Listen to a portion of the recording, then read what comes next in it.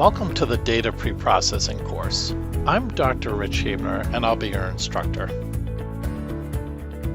I have over 25 years of data experience working in roles such as database administrator, data architect, data analyst, and data scientist. I've worked in large multinational organizations in industries like healthcare, medical devices, and education.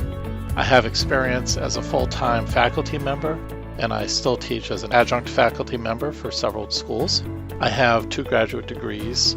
One is in information systems, and the other one is in management. And my Ph.D. is in IT, where I focused my research on analytics, data science, and business intelligence.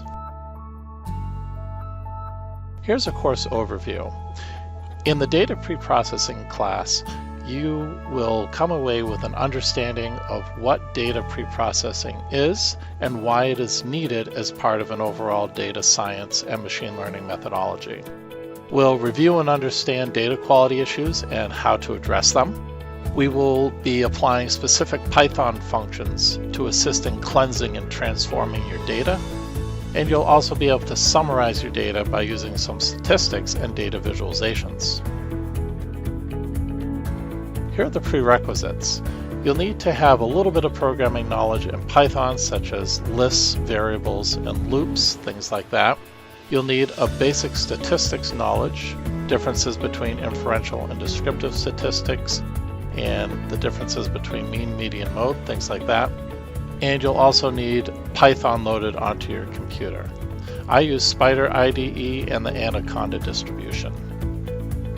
By the end of the class, you'll have some specific examples of how data preprocessing can work for you. We also use the same data set throughout the entire course, so you'll be very familiar with this particular data set.